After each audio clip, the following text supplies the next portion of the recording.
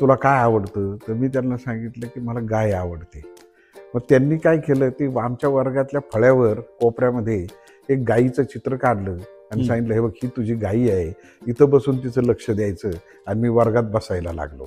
शिक्षकाचं काय महत्त्व आहे आणि कशाप्रकारे शिकणाराला आपल्या शिकण्याकडे कसं खेचून आणायचं, याचं ते एक उदाहरण होतं. आणि मग आपणही अशाच प्रकारे शिक्षक होऊन अशा विद्यार्थ्यांना त्यांचं जीवन घडवण्यामध्ये, त्यांचं शिक्षणामध्ये रुची निर्माण करण्यामध्ये आपण काय करू शकतो, अशा प्रकारच्या एका दृष्टीने खरं तर मी शिक्षक व्हायचं ठरवलं. वा.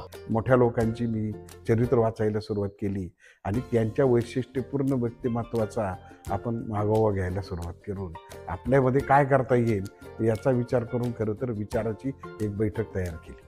वा. त्यावेळेला डॉक्टर काळकर हे कॉमर्स आणि मॅनेजमेंटचे अधिष्ठाता होते.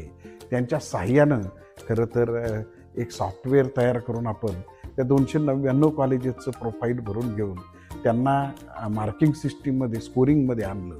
आणि त्या कॉलेजेसला सगळ्या कॉलेजेसचं स्कोरिंग केल्यानंतर त्यांना असा सल्ला दिला की तुम्ही या स्कोरिंगच्या आधारावर तुम्ही नॅक करू शकता. तुम्हाला नॅक केल्यामुळं तुम्हाला ॲक्रेडिटेड होता येणार नाही, ही भीती काढून टाका. आणि त्यामुळे आत्ता सध्या जर विचार केला की ती 299ची जी संख्या आहे ती अगदी 2 अंकावर आली, 100.